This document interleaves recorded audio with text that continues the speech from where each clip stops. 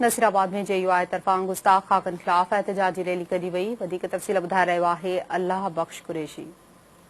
जमعيت اسلام जी रैली में जेका रैली मदरसे खां शुरू थी आहे मुख़्तलिफ़ रस्तनि खां थींदी हिन वक़्तु शहर जे फाज़िल राहू चौक ते पहुती आहे।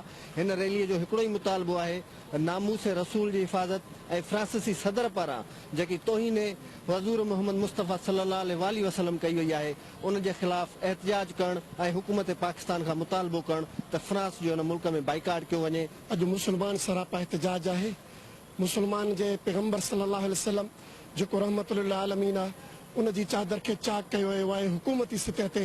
लिहाज़ा फ्रांस जे सफारत खाने के फौरी तौर ते बंदि कयो वञे। अक़वाम मुतहदा जे चार्टर मुताबिक़ भी इन्हनि खे इहो हक़ नथो पहुचे त कंहिं बि नबीअ जे ख़िलाफ़ साईं खे चवां अहिड़ा गंदा कार्टून शाया कया वञनि।